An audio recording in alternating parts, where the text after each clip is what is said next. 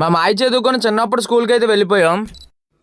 Hi మా అందరికి. అసలు మ్యాటర్ ఏంటంటే మనం ఖాళీగా ఉండి ఏం చేయాలో అర్థం కాక మా మాయ చిన్నప్పుడు చదువుకున్న స్కూల్కి వెళ్దాం అన్నాడు. లేట్ చేయడం ఎందుకని స్కూల్కి అయితే వెళ్ళిపోయాం. మేము స్కూల్ దగ్గర రాబట్టి చిన్నపిల్లలందరూ చాలా అంటే చాలా బాగా ఆడుకుంటున్నారు. మీకు కనిపిస్తున్న చిన్నపిల్లల్ని మా మాయ అయితే పేరు అడిగాడు. ఏమన్నాడు మీరే వినండి.